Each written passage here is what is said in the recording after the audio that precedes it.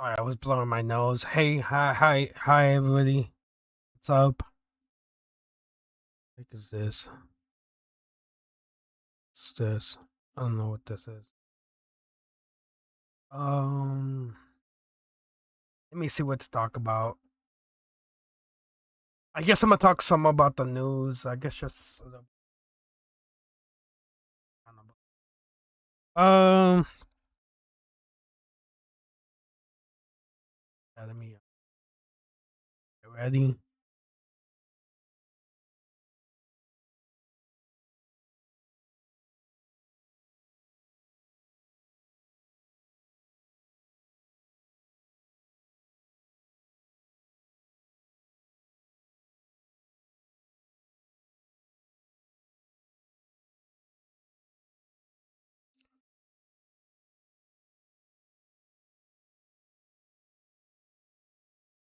I guess maybe one of the few things the Venezuela. Oh no, I can't watch AP News. Let me just do a CNN. Maybe they'll talk about it.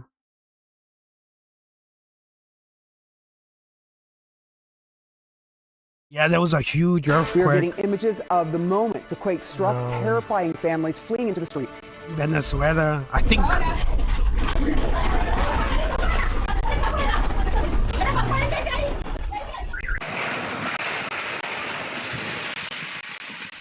We're getting new video just in. I have not seen this yet of the moments that this powerful back-to-back series of earthquakes hit Venezuela. More than 188 people so far. That death toll is rising and rising quickly. 1,000 injured. 188 people again, I haven't seen this yet, away but this from video the might be disturbing. earthquake. Watch. Oh, it says right there 160, but I think it's 188 now.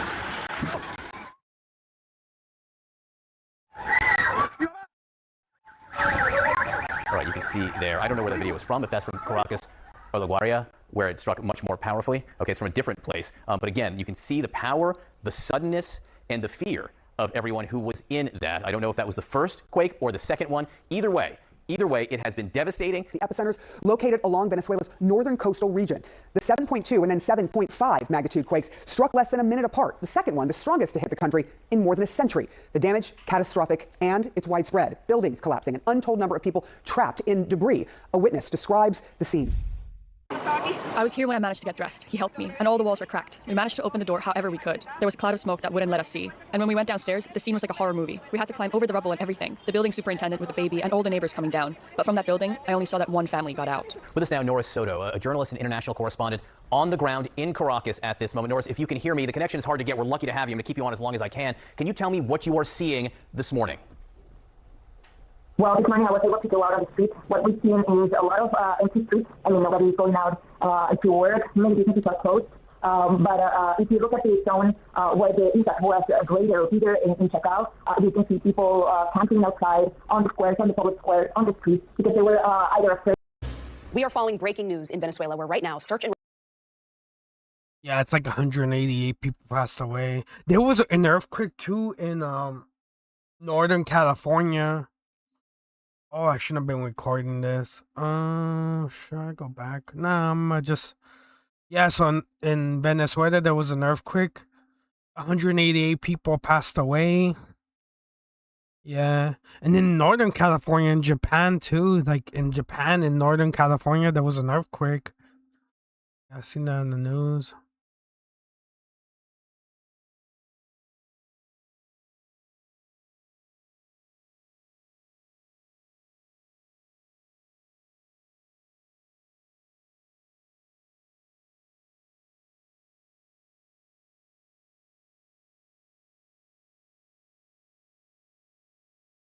Yeah, it was a 5.6. Also breaking tonight, a strong earthquake rocking Northern California. The magnitude 5.6 quake rattling I'm homes afraid and of businesses watching there. some Power knocked out AP tonight for news thousands. because That quake centered near Redwood Valley, California, well north of San Francisco. yeah, Tonight, AP reports of news multiple is injuries like and hits aftershocks me now with being like reported. a And what scientists copyright are thing. now I saying don't know about this. Trevor why. Rowe from California. This is the moment a 5.6 magnitude earthquake rocked rural Northern California, causing injuries and sending groceries and bottles off shelves, smashing onto the floor. I started hearing like glass clicking together, and I'm like, what is that? Renee Everode heard the earthquake alert on her phone inside the store just before the shaking started. I was like shaking from head to toe. My hands were shaking. I was watching wine bottles drop and just break and the wine go everywhere. It felt like it lasted for 20 minutes. The quake was captured on home security cameras like this one, miles from the epicenter near the town of Willits. Is everyone okay? Rattled residents then surveying the damage, power knocked out for thousands. I've never been in an earthquake this big, and I've been in a lot of earthquakes. This was bad. The shaking lasted a full 30 seconds and was felt as far away as San Jose, 180 miles to the south. And the epicenter is not along a major fault line. This is somewhat inland from it, but it's still part of the San Andreas system. In that region, this is the strongest earthquake that they've seen in at least the last 100 years. And David, California's governor says more than 1 million people got those earthquake alerts on their phone before the shaking even began. Officials are now surveying the damage. David, it is always alarming. Trevor Alt tonight. Trevor. Yeah, there was a huge earthquake. There was an earthquake in Japan too. I just want to talk about the world news a little bit.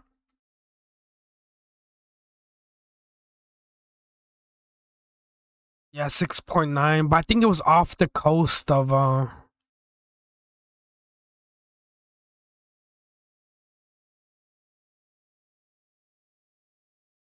off the coast.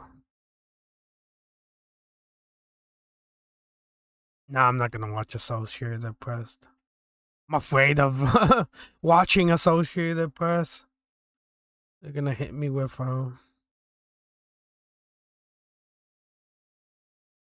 copyright strike. Man, certain like news channels just hit you with the copyright strike, like CBS and like I don't know, it's crazy. I freaking hate that they do that stuff.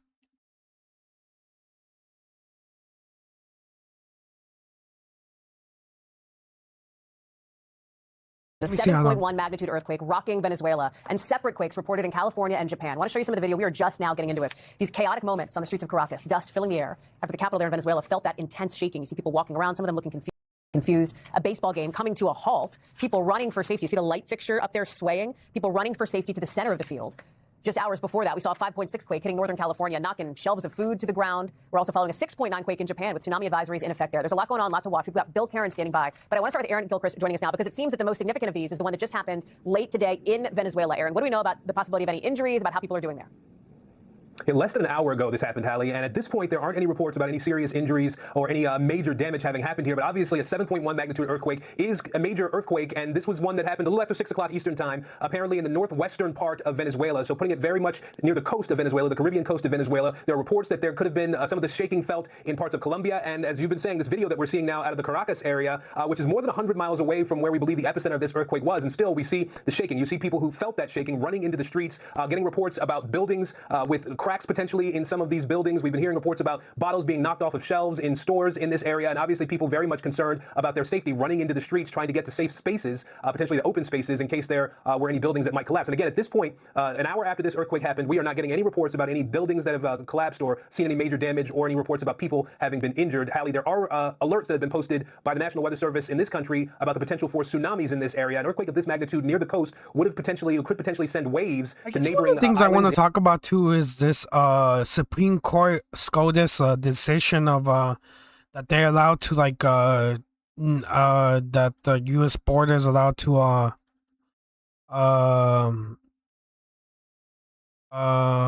refuse people at the border. I want to talk about this because yeah, so they can turn away the SCOTUS. There's just rule that they can asylum seekers can be rejected at the border. Yeah. Yeah. 6-3 vote. Yeah.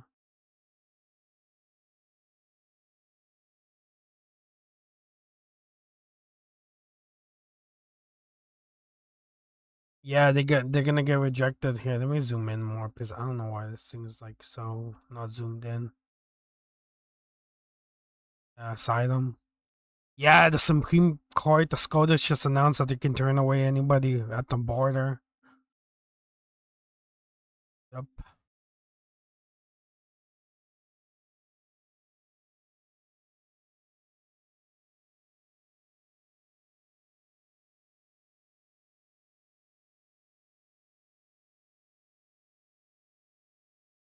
I guess there's pretty much nothing else, just that earthquake and the earthquake that happened in Northern California, and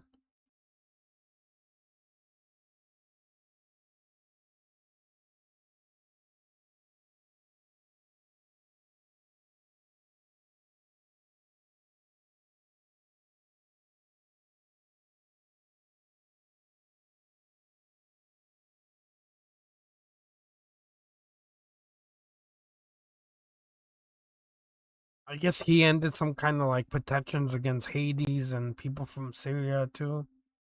Just seeing right now.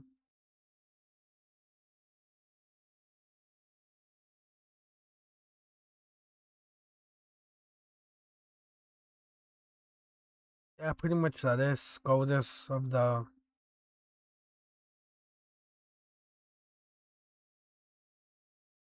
Joining us now, Melissa Murray, former law clerk to Judge Sonia Sotomayor and an MS Now legal analyst, along with Leah Littman, law professor at the University of Michigan and the author of Lawless. Leah and Melissa, both co-hosts of the Strict Scrutiny podcast. Also with us, Andrea Flores, founder of Securing America's Promise and former DHS official and White House advisor in the Obama and Biden administrations, along with Amanda Carpenter, writer and editor at Protect Democracy. Melissa, what is at stake with these rulings?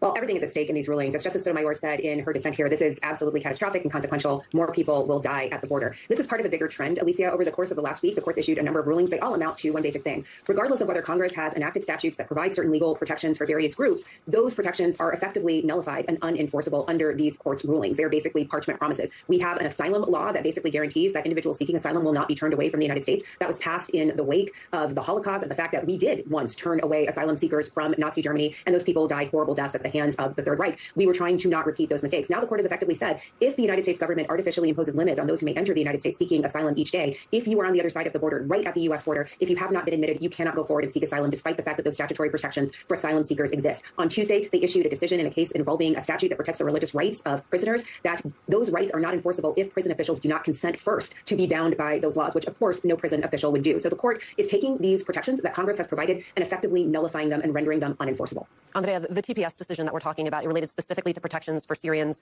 for Haitians, how long before it affects those who came here from El Salvador? I think we're expecting a decision soon, and it will be devastating because El Salvadorian TPS holders have been here since the early 1990s. And so the TPS population it's large, it's well established in our communities. To get TPS, you have to come forward every 18 months to be vetted. And these are people who contribute $6 billion to our economy every single year. And so President Trump must be feeling enormous pressure from the business community, because today's decision means that 1.3 million people are at risk of losing their legal status. And so that could be the biggest delegalization moment we've ever seen in modern immigration history. Leah, listen, I'm not an attorney. That's why I have 3 attorneys on this panel. But reading the ruling, reading the dissent, it felt a little bit to me like the justices were hiding behind judicial review. They weren't actually willing to contend with the core question here. Specifically, immigration advocates had argued that terminating TPS was motivated by race. It violated the right to equal protection. The conservative justices absolutely rejected that argument. The liberal justices vehemently disagreed. This is from Justice Kagan about Trump's derogatory comments about Haitians. The statements fairly shout, in their racial undertones and overtones alike, that race entered into the president's resolve to remove Haitians from this country. Your thought on the majority opinion? I think we should read this majority opinion as effectively legalizing the president's gutter racism. The court basically plugged its ears and closed its eyes. It wasn't just the president's attorneys who refused to recite the president's remarks at the Supreme Court. The majority of the court that upheld the president's cancellation of TPS for Haitian nationals also refused to recite the remarks that the president had made. And those remarks were grotesque and filthy. The president talked about how Haitians would poison the blood of the country. If that's not a racial, racist remark, I'm just not sure what is. So Justice Kagan, for the Democratic appointees, included the president's remarks in her dissent and basically accused the majority of being too cowardly to even acknowledge them. And this is just another case of the court giving the president a free pass for racism. Amanda, we talked yesterday about Stephen Miller's latest tweet. Can we put it up on the screen? Change the voters, change the country. We also, after all of this reporting about how he was getting sidelined at the White House, he showed up with the president yesterday to Capitol Hill for his meeting with Senate Republicans. He was lurking just over his shoulder. I mean, this is his dream, rubber stamped and set in motion by the Supreme Court. You know, it's a really good point. It is wild that the court doesn't take into account the context in which they try to pass these laws. Like, they go into this hermetically sealed chamber and say, we will ignore all the racism, all the dog whistles, all the things they're trying to do out in the open that we all see, and evaluate this as this is like an ice skating competition. But, you know, I always just think back to all the Republicans that said people had to support Trump because these things would never happen. Stephen Miller will never be running White House immigration policy. We'll never have the National Guard deployed through the cities to do whatever, like monitor and arrest people at reflecting pools. We won't have Probably ICE in agents my dragging people out of their houses. my stream. So cheers, everybody. Quick little stream. Just a quick update to I guess with SCOTUS. Disappointing as usual. SCOTUS always bending backwards for Trump. And just the Venezuela earthquake and the Japan earthquake and the California earthquake happened today. So I'm gonna just end the video. Cheers, everybody. Ending the stream. Just a quick little video. Maybe one day I'm gonna make a video explaining I'm gonna make a video talking about not the Iran war, but I'm gonna do a video deep diving into Israel, Palestine, and into Ukraine, Russia. So that's gonna be my next video one day, just diving into both of those. I'm in the video. Cheers, everybody.